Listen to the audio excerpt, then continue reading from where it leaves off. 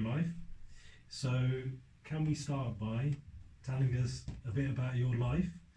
And let's start from the very beginning. Where did it all begin? Hello, Bally. Thank you for having me on today. I was born in 1973, born and bred in Walsall. I was the first son out the whole family. We have a very big family, 5 chache, 4. So you can imagine what it was like back in them days. Yeah. We all lived together. I have 2 older sisters, and being the first son in the family, I was sort of spoiled. Okay. You know, every time my uncles went out, they took me with them to the local shops, wherever. So, and then slowly, my chache started getting married, and the family grew bigger and bigger. So we have a very big family. Everybody's more or less the same age group. The lads, I'm the oldest. Okay. And out all the girls, my elder sister, she's the oldest. So we lived in an area called Palfrey. So went to school there. My nursery, went to Palfrey Nursery, went to infants, went to juniors. And then from there, our secondary school, a lot of my mates, the co-founder, Palmer was one of my many friends I met at my nursery. So he's actually sitting outside here now, looking through the window. And so Palmer, there's a group of us. Palfrey, it was a Asian area. So a lot of the people from Walsall that either lived in Karma, either lived in Palfrey or Plick. So grew up there, went to school. Any child, mess about, As you do. And secondary school, we a group of us friends from our junior school, we got split because half of them went to Alamo Comprehensive School and half of them went to Joseph Lecky. And again, Palmer stayed with me at Joseph Lecky, went to the same school.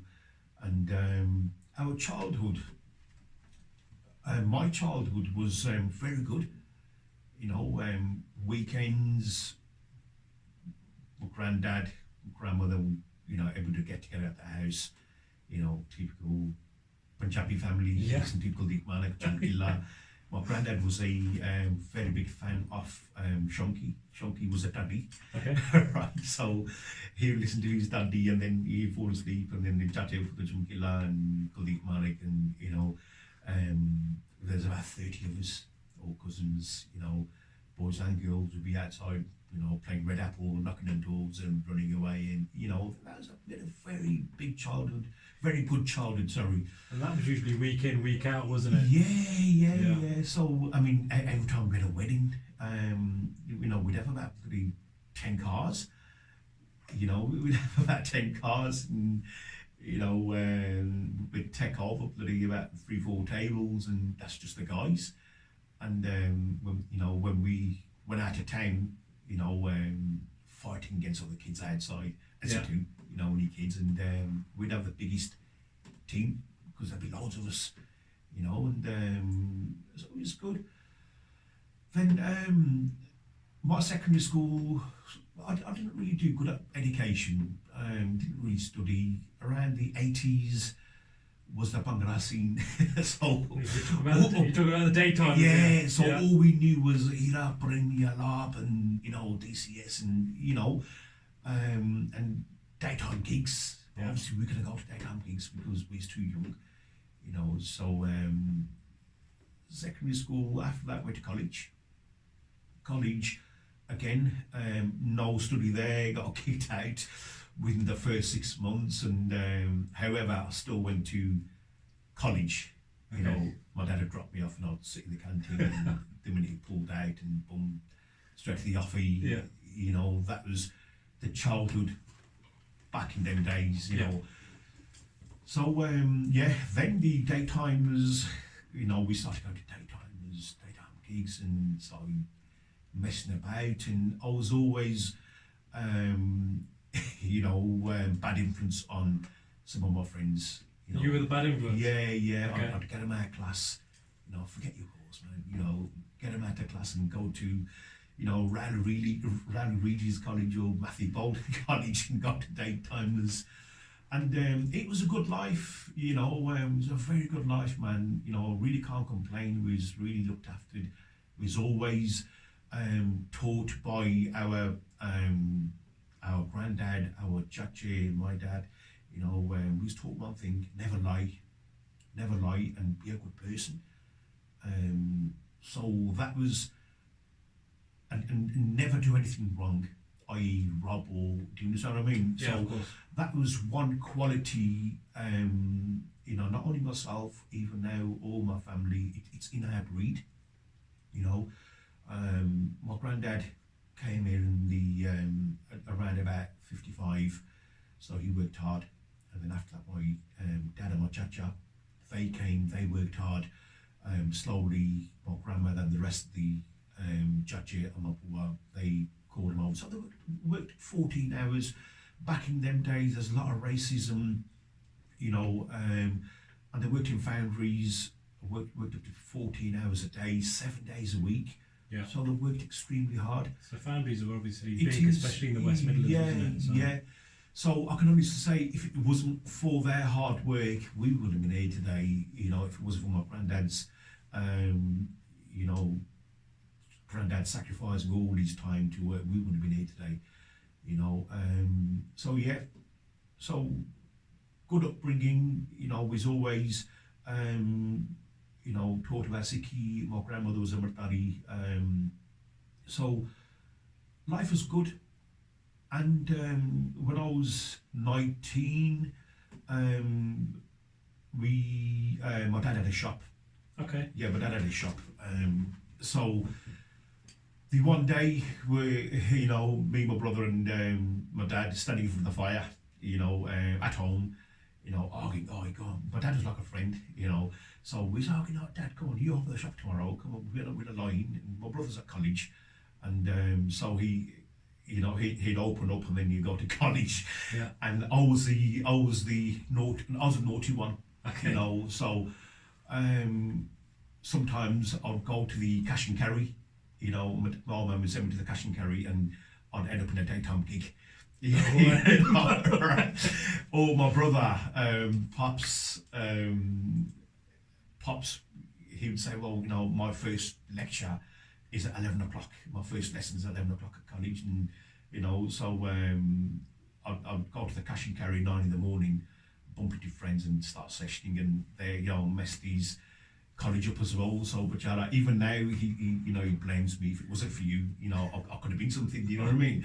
So that was me. And so yeah, so me and my brother and Pops, me, Pops and my dad, we're at home, yapping away, and the old man standing for the fire, you know. He was more of a friend, you know what I mean? Yeah. He says, oh, come on, you up the shop tomorrow, and, you know, let us have a line. And so he goes, nah, he goes, no way. He goes, you know, he goes, you ain't going to turn up till 1, 2 o'clock, I'm going to be stuck there. And so that was that. And so me and Pops decided to open the shop, and he's supposed to be there, and he didn't turn up. We thought, okay, the old man's skanked, so we're going to get him back. Right, we're going to have a line. And so he's not turned up. It's 1 o'clock, not turned up. 2 o'clock, not turned up. 3 o'clock, 4 o'clock, 5 o'clock. So now Pops had to go and pick my mum from work. So I picked my mum from work and gone home, and my old man's dead. No way. Yeah, you know, he's in his bedroom and he just didn't get up. And he I wouldn't say he wasn't unhealthy. He was fit. He's only 43. Wow. Yeah, only 43. Very young. Yeah, and so yeah, the old man didn't get up, and that was the crack in my life. And then this was in March the 28th, and May the 1st I got married. So Oh, blimey. the first son in the family, getting married. So you can imagine, you know, my granddad was over the moon, you know, all my chacha were over the moon, my dad was over the moon. My dad used to say to my mum, oh, the first song, the wedding song, I'm going to dance with you to my mum, you know. So, and then, you know, he didn't wake up, you know. Now, this talk, I couldn't have talked like this about 3 years ago because I would have cracked up. But hey ho, join the Sikhi path and it's all way good as welcome. Yeah. You know, so for years, I didn't understand, you know, and then after my dad passed away, I seen my grandmother's health go really down. I seen my grandfather's health go really down. I remember the day, you know, I had a phone call off my brother saying, look, you know, he's crying his eyes out, man. He said, look, Dad's died, man. That's nah. So I've gone home and, you know, went straight upstairs to his bedroom and he's just lying there. And I can still feel his skin. You know, like when you go to go to a supermarket and pick a piece of meat and it's cold, you know what I mean? You know, so every time I touch his face, it's leaving dents in his face and that. And then my granddad, who was my hero, man, you know, my granddad's walked in, my chacha, who were my heroes, my dad's football players. They played football for Sikh Hunters, which is a very well-known football team, and played kabaddi, did a bit of wrestling. Those all the very handy guys, my chacha were. And so the whole room packed out and holding my dad's head. And my granddad's crying like a little baby, my chacha crying like little babies, my grandmother's screaming, my mum's, you know, all over the place. And whoa, I thought, whoa, it's like a dream. And but I didn't let it out. You bottled it up. Yeah, I bottled it all up because seeing my two sisters, seeing my brother, seeing my grandparents, especially my grandmother, I thought, you know, I have to be strong for them. I was only 19 then. And that's what I'm trying to think. Is it because of the mentality of you're the eldest son? Yeah. And you've got to keep it together because Exactly. you've got it on your head. Yeah. That I've got to keep it together because I'm the eldest. Yeah. And you didn't get that time to actually grieve. Yeah. So had I let it out, had I said to my mum, grab my mum and, you know, held her and hugged her to say, you know, Mum, you know, I'm also missing Dad. You know, maybe and cried it all out, maybe I'd have been okay. Yeah. But my mum's health went really bad to the stage where we thought we was going to lose her as well. You know, my grandmother and, you know, the way we was brought up, my grandmother was my first mum, my granddad was my first dad, you know. So seeing them, up to about had a few rough years, and obviously I got married on May the 1st, sorry. And you're quite young when you got married. Yeah, right? back in them days, when he was 19 and that's it, man. You know, my sister got married when she was 16, 17. Okay. You know, the oldest sister. So, back in them days, it was, by the time he was 20, you know, it was time to get married. And so then, after my dad passed away, life sort of went downhill for me. I went off the rails a bit, you know, not a bit, quite a lot to be fair. Starting doing things I'm not supposed to, you know, going to the shop, or then my brother's education went downhill because then the shop was left down to me and him, you know. So you were running the shop at the time? Yeah, and we ran it right down. And it's a shame because this is my dad's dream, and we ran it right the way down, you know, to the stage where sometimes you come to customers wouldn't even walk past my shop. They'd cross over and walk past the shop because there's always about 20 lads in there. Oh, okay. You know what I mean? You know, drinking away and whatever. You didn't use it as a business. So you know, sometimes, our friends would, Skive College, Pop's friends of Skive College come there, and it was a big session then. You know, we ran it right the way down. We'd never paid a bill. You know, we never knew what a bill was. You know, because Dad did it all. Do you understand? You know, and you're still very young, man. Yeah. And then obviously came May the 1st. I was saying to parents, well, I was saying to my grandparents and my mum, look, put the wedding to hold. I want to wait a couple of years. I'm not ready yet. Simply because, this is what Dad wanted. And I want him to go through it. But my grandparents, my chachi, they said, look, it was his dream. Well, that's what I said, it's what he wanted. He was looking forward to it. He'd even bought his suit before I bought mine. You know what I mean? So the suit was hung there, and brand new shoes, and there's a flare, and he's got prayer ready and that. So I went through the wedding, and wedding was very sad. First song, what was my dad's dream? First song, so me and my wife dancing, and I'm just cracked up, man. And if I swear down, if anybody sees a wedding film, it's like a very sad film, very sad story. My grandparents, crying out, my mum's, it's very sad. So luckily, in hindsight, do you think now it would have been best if it was delayed a little bit longer? Or do you think it would have made much of a difference? At the end of the day, it's all wayward as welcome. Yeah. Now, before I joined the Sikhi path, I was thinking, well, I should have waited X hour wait and should have sorted myself out first. But hey, it's wayward as welcome. It was meant to be, And so then after that, so the shop went downhill, and we had to look for work. I had no education, so the rest of my cousins, they're all brainy, man, they've got degrees and master's degrees, and, so now my grandfather started putting pressure on us. He goes, well, look, you need to work. What are you going to do? So, what could we do? You know what I mean? The only quality I had was I could handle myself. I was a big lad. We always trained, with my brother. Brother did a bit of boxing as well.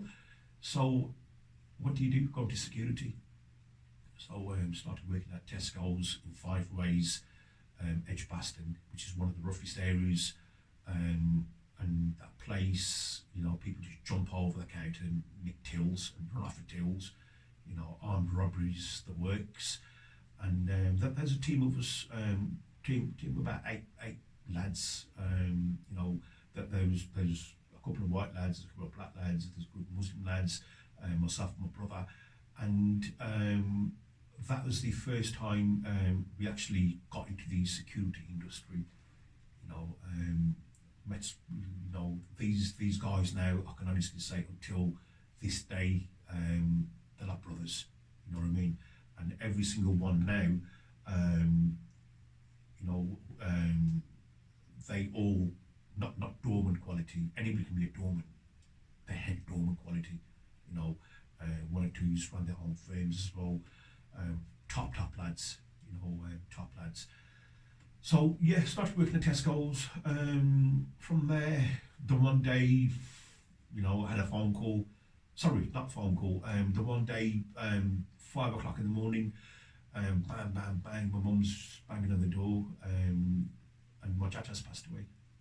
Him again, fit as anything. They used to call him Hot Shot. He used to play football for Sea Hunters, and he got to tell you what, he's a big guy. Okay. Put it this way, we remember him, when we just go to weddings, when we've got kids, like people have, on the dance floor, and they get somebody on their shoulder. He used to have two guys on his shoulders, and one guy here, one guy here.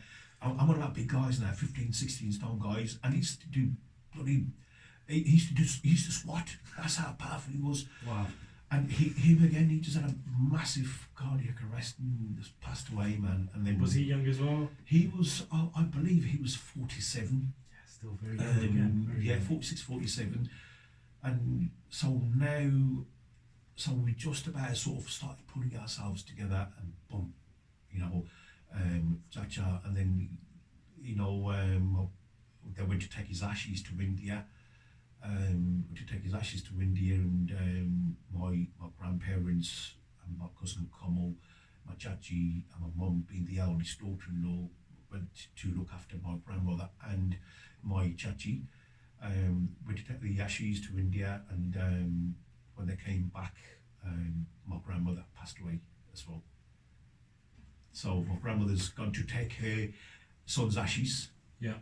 and she's passed away, you know. And so now life, it was unfair. Do you understand? My granddad, who's a very proud man, you know, wherever we went, if you went to the local pubs, he used to drink. My granddad, he used to go to the local pub and have a couple of pints of bitter, come home and have his rugby. You know, he's a very proud man. He's a very well-known man. You know, everybody respected him. You know, you know, do you know what I mean? Yeah, he'd be there. And then my granddad come down now, come back from India, a very broken man. Lost his two sons, lost his wife, you know, and that was his lifetime friend, soulmate, you know what I mean? You know, and so my granddad, his health wasn't the best, and so around that time, me and my brother, we got into the doors. You know, I started about a year before him. Sorry, just before you went onto the door. So, is it the same sort of thing that you did when your cha-cha passed away and your grandma passed away? Yeah. Where you just locked it all off? Yeah. And you didn't say anything to anyone? You just that's kept right. it all Sorry, I off. forgot to go over that. Okay, yeah. So, around that time, it had been a few years since I was in the doors, Okay. and my brother. And so I remember, I left home here, got to work, and signed in, got the radios, and as you do, just and I had a phone call saying that the granddad's in a bad way, you know, and that was that, and then and then he's passed away, you know. So now that's 4 deaths, Yeah. you know, and then life wasn't the same, you know. We worried for our chachi, worried for our pua, you know, at the same time worried for my chachi, I worried for my cousins, you know, and then obviously my mum was still sort of coming to terms with my dad, you know, and then, that was that. I mean, talking about the doors now, I was about 19, 20, just after I got married, just slightly before I got married, started in the doors, and for me it wasn't a hey ho, I'm a doorman, you know, I'm a thug. This is my bread. I had to work. Do you understand? And so it wasn't just the weekends. You know, I remember the first time walking to the club, my first shift ever. You know, it was in a red tie, grey checker blazer, and you know, I was a chunky lad. I was at 52 chest. You know, around that time. You know what I mean? Big guy. Yeah. So I walked in, and so I was the youngest doorman there, and there's about 12 doormen there. There's one black lad called H, Dreadlock H, right from Chelmsley Wood, top lad, and the rest of the lads all big white lads, top lads, and these are the guys that taught me everything. I went there like a baby. I was their baby. They taught me loyalty. Because of that loyalty, I can only say I am here today because of what they taught me. You know, even now these guys, I keep in touch with them. Big Jason, Scott, Woody, you know, top lads, man. You know, very tasty lads. Trust me, and they taught me everything. You know, how about loyalty, how to diffuse situations, communication skills, observation. Well, that's something you could be using in your normal day-to-day life, isn't it? Look, you could be a pro boxer. Yeah. You could be 7 foot, right? You could be a black belt or MMA fighter. If you haven't got communication skills or observation skills, you know, you're a shit doorman. Simple as. Where you could be somebody who's 5'1", 5'2", right? He can't fight to save his life, but he's got the observation skills, he's got the communication skills, he would make a better doorman than he was 7 foot. Do you understand? I get you. Right, because our job on the doors was to protect people, not give it 10, not go around banging out people. Yes, first when I started, I was a bit hot-headed, because I had to let all that anger out. Do you understand? So the older doorman would say, well, hang on, this will be mixing, right? That's more the name, that's my nickname and that. So Mick, well, hang on, you're walking the guy out the fire exit door, and he's walking out. So why did you have to bang him? Do you know what I mean? Way of but I could not explain. Yeah, do you understand? Yeah, I could not explain.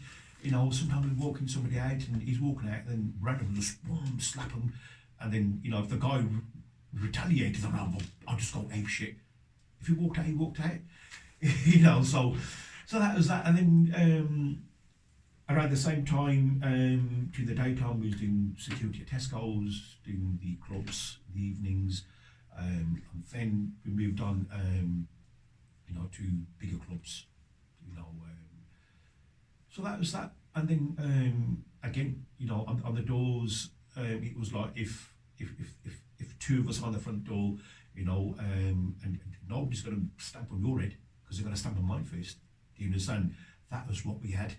We had, excuse my language, we had the balls. Do you understand what I'm trying to say? We had the balls. We was fearless. We was fearless from kids. Do you understand? Because we used to go around knocking on people's doors. Oh yeah, come out and let's fight in the garden. And it's, all right, mate, let me have my tea first. After 5 o'clock, come out and we used to go in the garden. I used to make my brothers and my cousins, all of them fight. I was a ringleader where my chacha used to make me fight. Do you understand? So it carries on. And so yeah, that was that. And then so from the doors, but I was always there's something missing. What was missing? I started sort of, I wouldn't say I came to terms, but I started getting used to the idea, the fact that hey ho, it is what it is. Your father, your grandparents, your chacha, they passed away, and then I started realising what life's about. How old were you here? How old were you at this point? This was around about from the age of 26, up until the age of 37. Between them years, okay, I started realising what life's about. Look, we're all going to go one day, but I'm a very deep thinker. I'm a very, very deep thinker. If I start thinking, whoa, yeah, and I just think, well, hang on right there. Look, I just think to myself, look, your dad's passed away. He enjoyed a tot.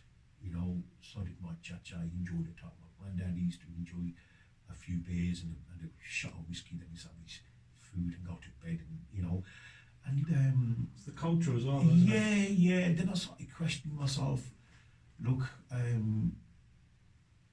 it can happen to you as well. The way I was going, if it wasn't for my Sikhi path, I don't think I would have been here. So I started questioning myself. Look, it can happen to you any time as well. Don't know what's around the corner, especially the old man. The one day we're just laughing about and he didn't wake up.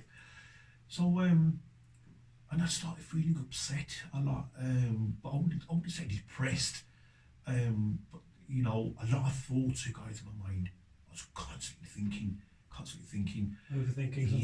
Yeah. And sometimes, if I was driving from Walsall to Coventry, I was working in Coventry around that time. I'd miss the junction. I'd end up in Leicester. Yeah, because you'd be thinking too much. Do you know what I mean? Or if I got the radio and a sad song come on and boom, crack up. And that is that. But I met very good people from all communities, man. We, from a young age, when we never gave a damn about anything, was fearless, had banters, from school onwards, and when I started in the doors, met some very good friends, man, from all communities, white lads, black lads, Muslim lads, Polish lads, and You know, we all had, you know, like when you go to a gym, when you walk into a gym, you have one thing in common. You know, you do powerlifting, Yeah. so you know your personal best was say 200 kg. You want to do 220. So the people who's going to push you, doesn't matter what colour they are, doesn't matter what religion they are, because you're there for one thing. Yeah. You've got one thing in common. Same with the clubs. So you know you're there for one thing. You know, do your work and have a banter, have a good laugh. But you know, you're there for each other. That's it. You're there for each other. Loyalty's you know, number one in the security game and that. And so yeah, I mean, you know, we sometimes on a dormant's night out, we'd go out and we'd have a right banter. You know, everybody looked out for each other. You know, the way I'm going to Korea, so have a kebab and go on, and that's it. So from the age of 1920 up until the age of 36, you know, I didn't really mix with a lot of my old crowd.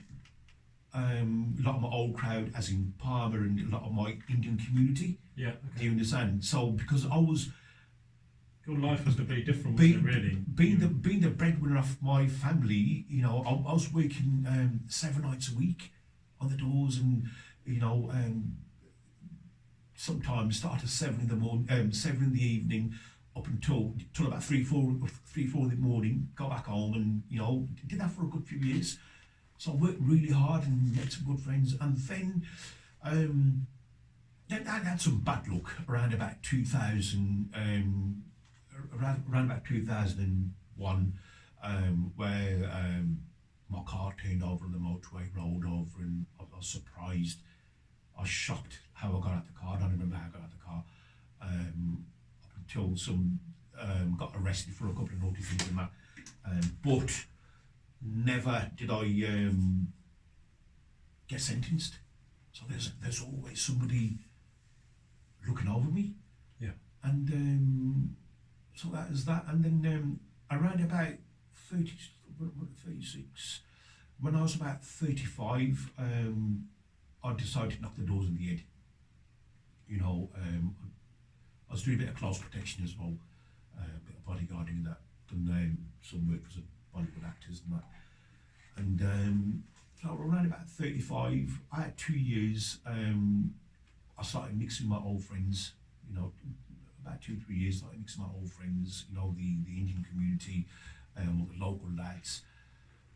And I'd go to pubs on a weekend. I started catering then, started supplying sandwiches to shops and petrol stations. Okay. You know, I thought, you know, your kids are growing big, man. You know, I hadn't spent New Year's Day, Christmas Eve with my children, because I was always working. Yeah. You know, and then obviously come New Year's Day, 12 o'clock when everybody's just running around phoning Happy New Year, people going crazy in the clubs. I hated it because we was dragging people out. Did you understand? You know, dragging people out, you know, kicking off, and so you know where you'd rather be. So now, if anything, now around Christmas time, it's actually scarred me because I hate Christmas time now. You know what I mean? You know, even though you know we don't really celebrate Christmas, you know, the holiday season. Yeah. I hate it because the kids are off. Kids want to spend time with daddy, and daddy's at work. And when I was at work, I was thinking about the kids, do you know what I mean? But I had to work, you know, and so, okay, I forgot what I was saying now.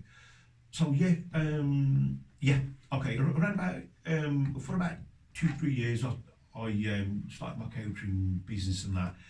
And so I started going out with the local lads, you know, our own guys who I grew up with, you know, from a very young age. And I saw stuff I didn't like. I saw stuff I wasn't used to. Was, you know, after a few drinks, swearing at each other. You know, very personal at each other's mums and sisters. And I was like, whoa, what's this? You know, and then sometimes they fight each other. And I'd lean back and I think, whoa, you know, Was that all alcohol related? What's this? Yeah. You know, nah, man. You know, I've frankly I've worked with some very top lads from all over the country. You know, very tasty lads, pro boxers, you name it. You know, and we didn't do this. You know, if when I went out with my door people, if one was slightly drunk, the others would look after them. You understand? You know, if somebody's based and spoke, shied, and then just shut them up. Nah, chill out, bro. You know what I mean? Or if somebody's emotional, you know, after a few drinks and that. It's that whole loyalty thing, isn't it? Yeah. And we're here. It was shite, man. You know, and I thought, nah, man. Nah, you know, I don't like it. I didn't like it at all.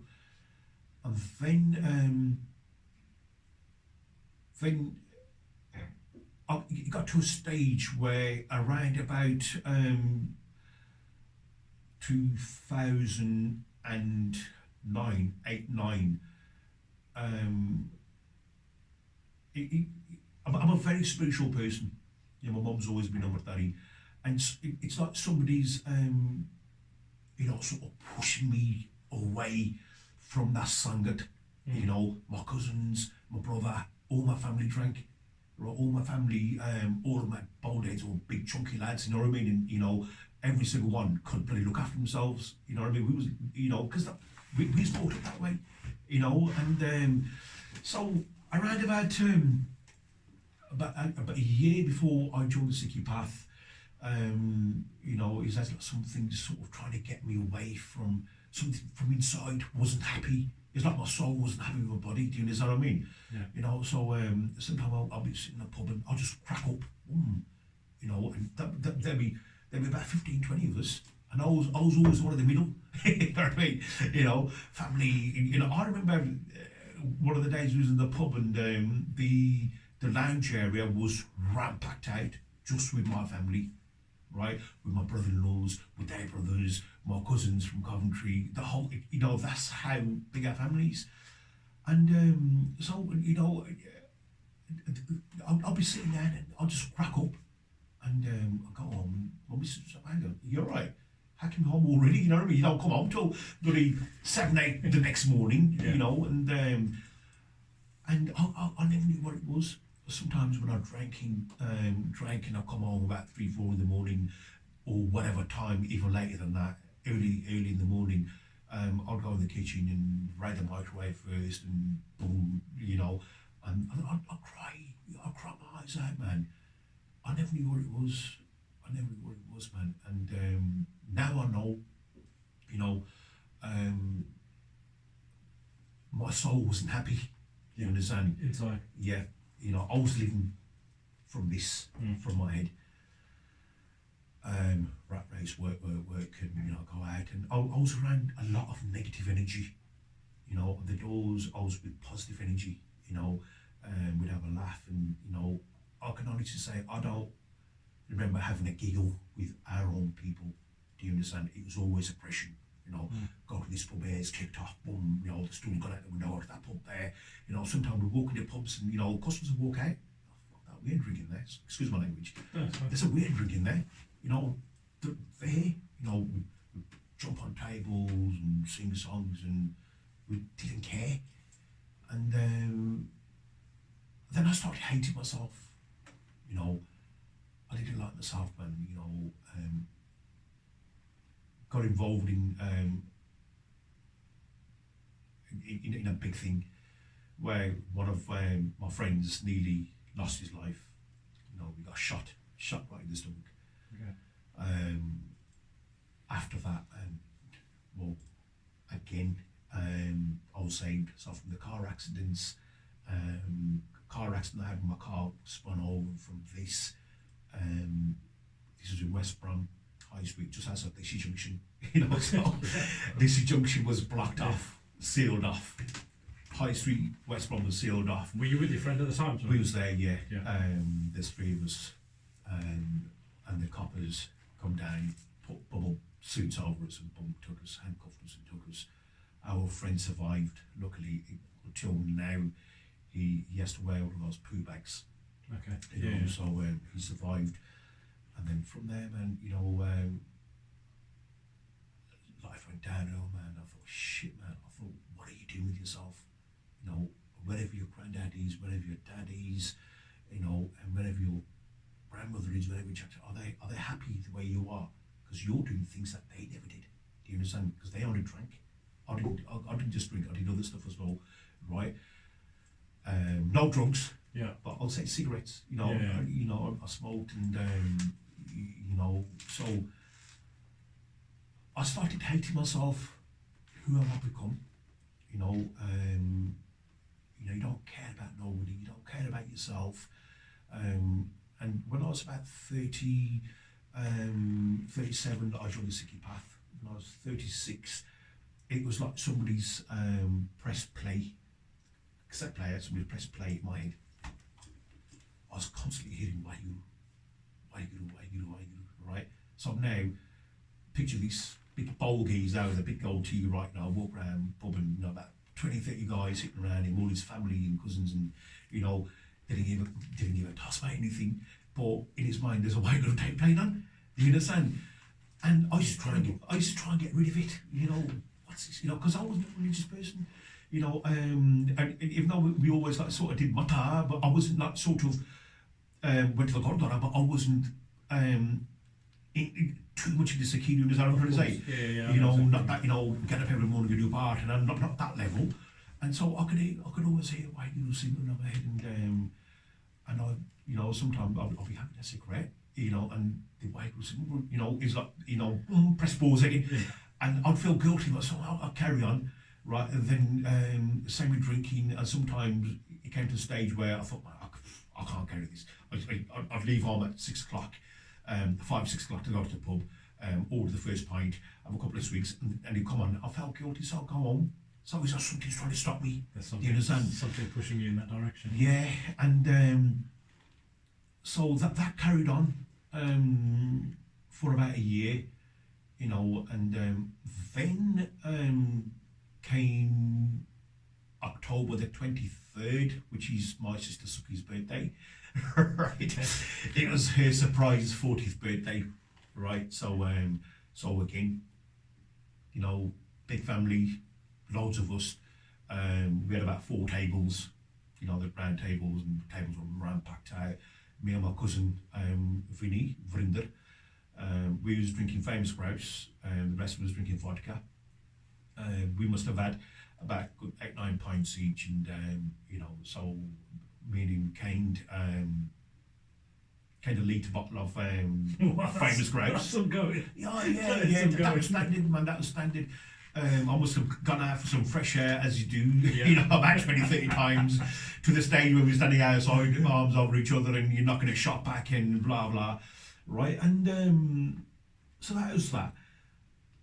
So October the 24th, I had a hangover. I'm not surprised. Yeah. So October the 24th, I had a hangover, which was a Sunday. And October the 25th, I've gone to work on my catering job. Bought a box of cigarettes. My chacha watching this now, they're going to give me gala, but hey, I've sorted myself out now. Exactly. So, what you're doing now is absolutely incredible. Yeah. So.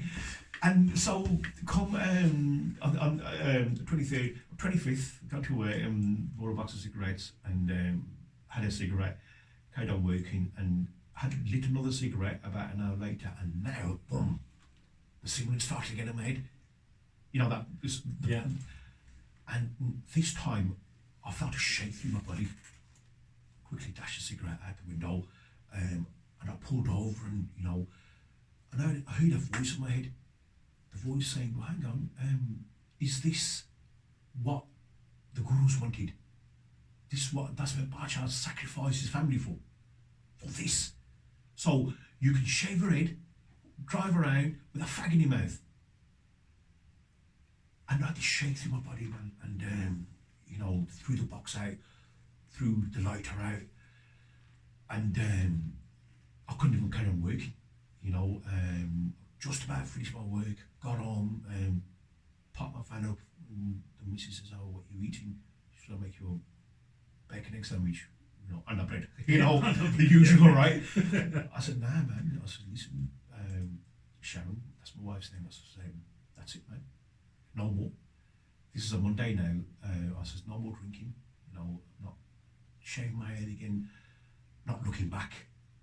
She says, yeah, give it till Friday. Yeah. Give it till Friday, that was that. Went to the bathroom, threw my razors away, threw everything away.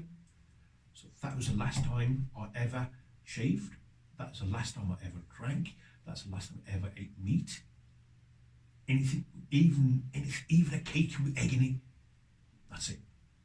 Just a switch. Draw the line. Just a switch, wasn't it? So that to me, that shake to me was Gerba. Why good was Gerba, right? So now I stopped going out. I don't really enjoy going out in my walls like where all they did was get pissed and fight each other, man. That ain't my scene, man. I had friends all over, and stopped going out, stopped mixing my family, my own brother, stopped mixing him with him as well, because they didn't want to drink, and the usual crap, saying yeah, and then kick it off and pub, and so I grew up here, and started wearing a partner, started spending time at home with my family, but now Bally, the beautiful thing is, right, that Simran I used to hear. Now this Simran was, when I went to sleep, it was playing in my head through my sleep as well. It's like, why, I could hear everything. Baja, you know me. And I couldn't understand what it was. Like, I used to get up, whoa, where's this coming from? Where's this voice coming from? Why, who's in the room? And, I could hear Waiguru singing throughout the whole night, and get up in the morning, and throughout the whole day, whatever I was doing, I can remember Waiguru. I presume that's keeping you calm throughout the day. Yeah. Even now, as I'm talking, I can eat. You know what I mean? It's been there ever since, right? And but the thing is, it's beautiful, and so that was that, and then with my I wouldn't say I was depressed. I was a bit from the royal people, from the doors, the royal people. Right, I've come to my own sangat of our own people, even though we get drunk and have the odd argument here and there, but they were real people. They were still loyal. If we went out of town and one got into a fight in a pub, that's it, man. We was all together. Yeah, the only thing I didn't enjoy was our own people fighting each other. Do you understand? So, okay, from there, joined the Sikhi path, left all that. That's when it started. Believe it or not, that's when it started. Because you're talking about your mental health. Yeah. Okay. So somebody who never took shit off anybody, somebody who's always stood his ground, right? Somebody who's fearless, right? Join the Sikhi path, and then you're getting all the rats, all the geeks that not done anything in their life. All they've ever done is Nindia, Julia. Yeah. Right. Slander. Right.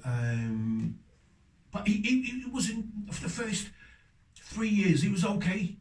I got involved in a certain organisation, charity organisation, went there, I didn't like what I saw. Hang on, wait there, you're not Amartari, and he's Amartari, and she's a Singhini, and you're slandering next person. Then I started thinking, whoa. Is this what you got yourself into? Is this Sikhi? Right? Do you understand? Yeah, Is this Sikhi? Yeah, Sikhi. Because you're talking about like the godfather politics and things like that, basically. Bro, listen, we're honest people. Honesty and loyalty is not breed. We're real people. This isn't me. What have I got myself into? carried on doing my Seva. 2013, I thought, okay, I'm going to set my own charity up.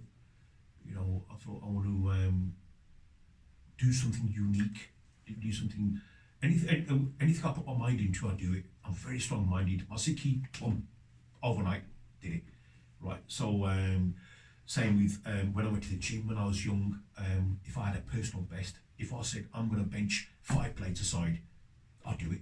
You'd probably do rep on that. Right, but you know, if I said I'm going to deadlift this by September, I'll do it because my folks will be there. So I'm very strong-minded. So 2013, I thought, okay, we're going to set MLSS. We're going to start taking Langar out to the streets when it's needed, because this is what Guru Nanak used to do. Guru Nanak never got involved in politics. Right? I thought, so I'm going to go back to the roots. Yeah, take it out the 4 walls of the Gurdwara and give it to who needs it. Give it to the needy people. You know, it doesn't matter what religion they are, whether they're Sikh, Muslim, Hindu, Christian, doesn't matter. You know, because that's what Sikhi is. That's exactly 100%. Yeah, so around that time, you know, Palmer, he had alcohol issues. Palmer's health was not the best. You know, he was on a liter bottle of vodka every day, you know, so he wouldn't have been alive. So a lot of the friends said to me, look, you know, you need to keep an eye on him.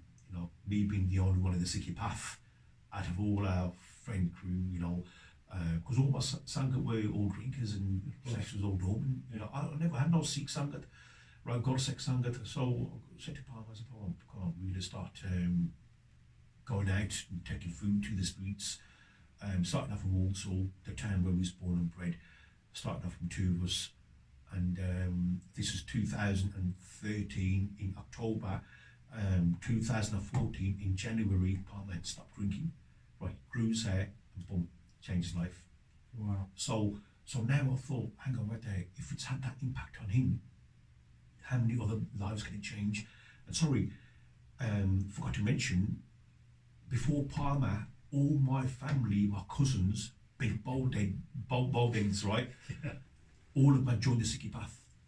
So now, including your brother, right? Yeah, including my brother.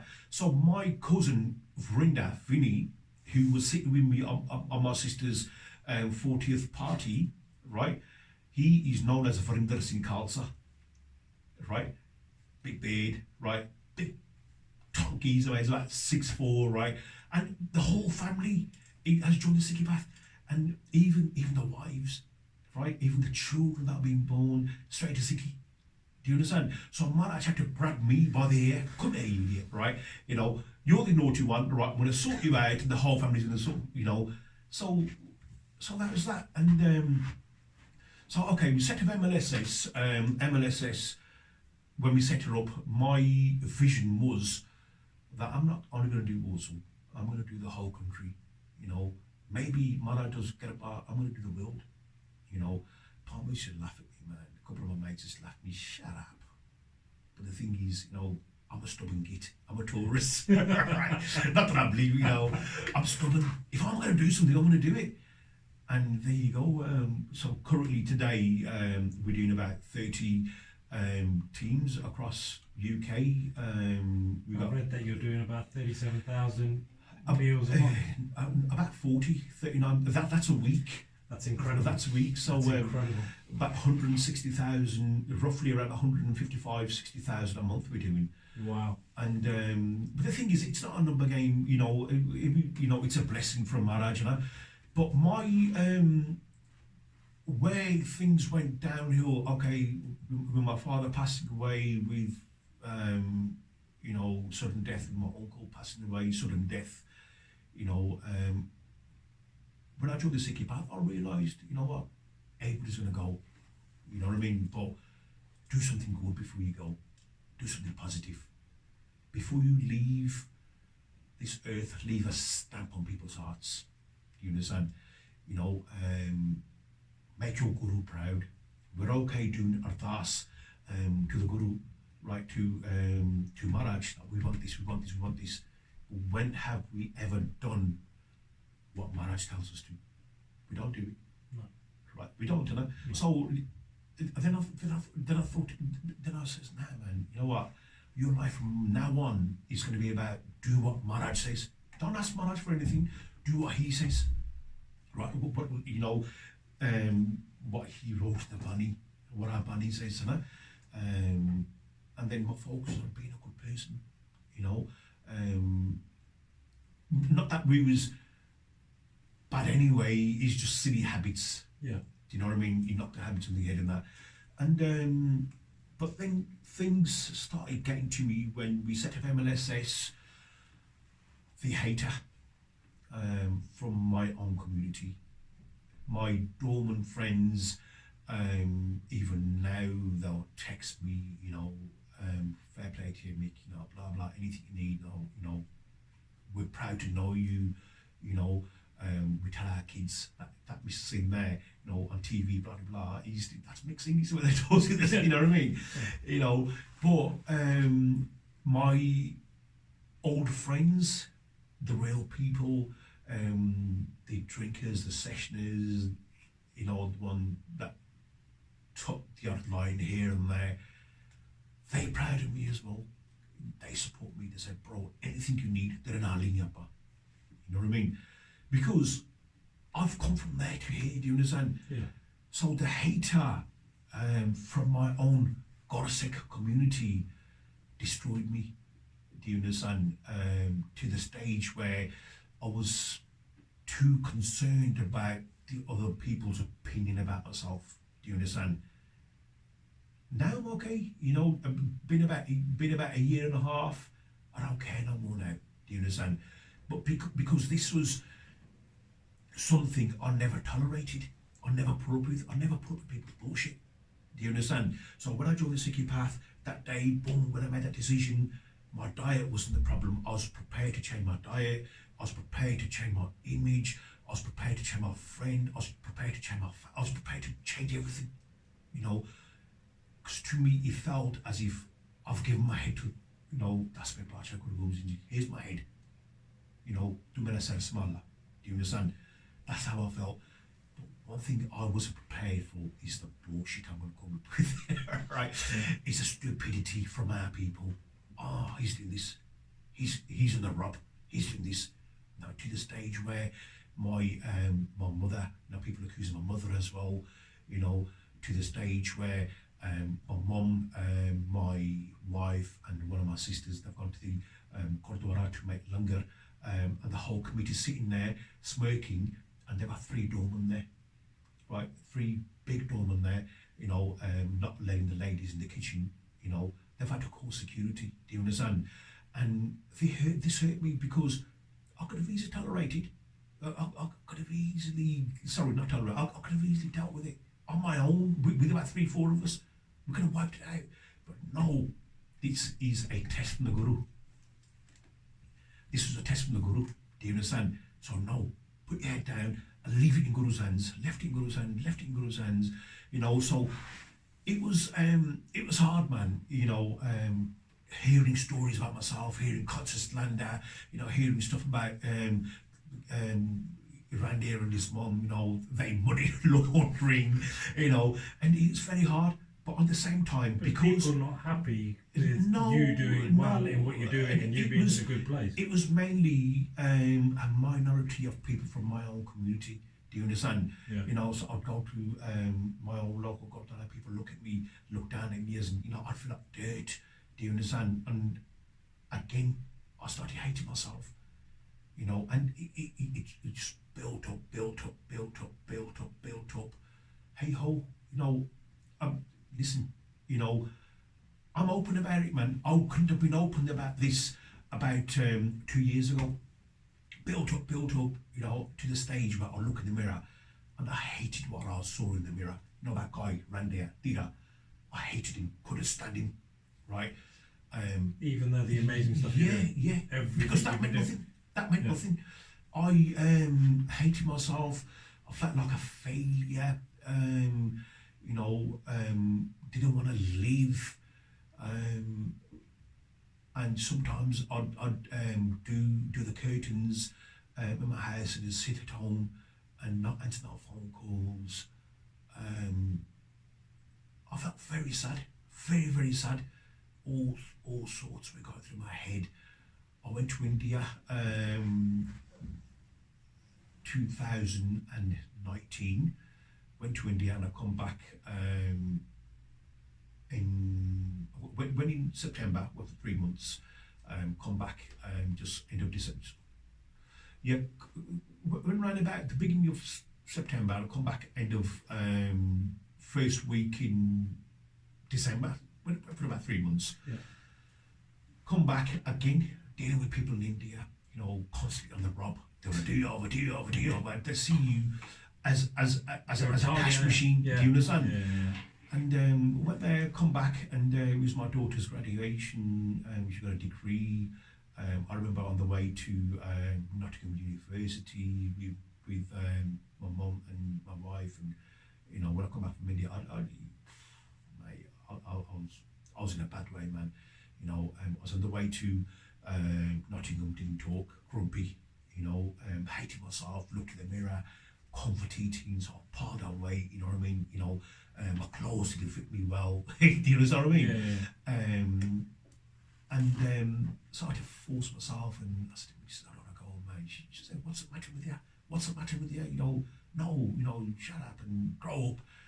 And then that was that. And then the one day I had the curtains were drawn, I sat down, and Mrs. walked in, and I broke down, man.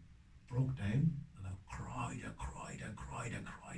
Now this is somebody who's faced, you know, rugby teams. Do you understand? You know, who's done a lot. You know, done the odd debt collect here. You know, a favour for your friend, and boom, done whatever. Do you understand? And so I cracked up, I cried my eyes out, man. And he said, what's the matter? And so quickly get in the car, man. We sat in the car, and I don't want my kids to see me cry. You know what I mean? You know, I felt a bit embarrassed, you know, especially my daughter, because come on, what's the matter, Dad? You know what I mean? You know, so I was sat in the car, and my missus was driving now, and I'm in the passenger seat, and crying my eyes out. She said, what's the matter? I said, I don't know. You just don't know, do you? I don't know what's the matter. Yeah. You know, wow. And I was shaking, and I didn't want anybody to see me looking around. I'm trying to hide because of the traffic lights, the car next door, you know, they're going to see me, and what's this geezer crying his eyes out for? But the thing is, nothing's the matter. I had real people around me, I had my family around me, I've got very good volunteers, which is my second family. You know, I've got good friends. You know, I can honestly say, on one hand, I can count 5 solid friends, as in best friends. Do you understand? You know, okay, they might be drinking whatever, but you know, one phone call, man, they're there. You know, they're with me, bro. What's the matter, Anna? And you know, it felt as if I felt very lonely. I hated myself, and I wanted to end it all. And my missus, I said, I think I've got a depression, man. And she's phoned the doctors the next morning, and doctors booked me an appointment. Sat at home, and I was looking at the tree, man. You know, I thought, wow, you know, I want to hang myself from the tree, man. Right? Serious. Wow. You know, now, you know, I'm laughing now. You know, Yeah, you know, but at that time, and I had even planned that I'm gonna get my white step ladder. I'm scared of height, right? So it's a little step ladder, right? Now, you know, when I'm cutting the hedge, right? And we live on a main road. My wife has to hold the ladder. Do you understand? Right? That's how badly scared of height I am. So I had a plan. If I'm gonna stand that white step ladder, I've got a blue bug, one of my favourite bug, right? I'm gonna use that, and I'm gonna top myself, man. I don't want to live in this. I don't want to live, because this world is false. Do you understand? This world is false. There's no beard. There's so much hater, right? You don't belong here, right? Went to the doctors, and went there, sat down. Beautiful Muslim lad. He's only a young lad. When he asked me what to do, I told him, you know, run a charity. He goes, oh, you guys from Cars Lane, Birmingham, do the street feed. I said, yeah, and you know. He says, mate, he goes, you guys do a fantastic job. He goes, you guys feed thousands. He goes, I'll tell you what, he goes, I'm going to make sure I really look after you, mate. You know, by me looking after you, something happens to you, who's going to feed them people? Do you understand? Yeah. Right, so got me into counselling, at about 3-4 counselling sessions, and they put me on medication. I'm still on medication now. I'm on fluoxetine, on 2 tablets a day. I had to start off with one tablet. It took me about 3 months to get used to it, my boy. Sweaty palms, shakes, couldn't sleep at night, anxiety, you know, short of breath. Now I'm on 2 now, so hopefully, fingers crossed. I don't want to go to 3. You know, I think the doctor's going to reduce it. I still suffer from anxiety. Okay. You know, not as bad as what it used to be. If I've got to go somewhere, you know, I've got the shakes. You know, but the minute I sit in the car, I'm okay. Do you understand? So yeah, that was that, and I can honestly say, look, you know, I've learned how to deal with it. It's simple, you know. When people say you shouldn't care about what others think, it's not as easy as that. Yeah. You know, with me, I'll say paranoia as well. A lot of people change towards me. I always watch the people who don't clap at your success. Do you understand? Yeah. So you're doing the podcast now, fair play to you, right? But you'll always find, you know, somebody from your circle, they won't clap at your success. Always be wary of them people. It's usually the strangers that are clapping, isn't it? Really? Yeah. And a lot of the people I found, right, that wasn't clapping for my success with my own friends. Some of the friends who I've saved from getting their head stamped on. Do you understand? You know, not normal, some of my Indian friends. Do you understand? Yeah. You know, thinking that, oh yeah, blah, blah, blah, you know, it's I don't see it as that. It's very hard to explain. I'm a very spiritual person. I don't see myself as me. Do you understand? This is a body.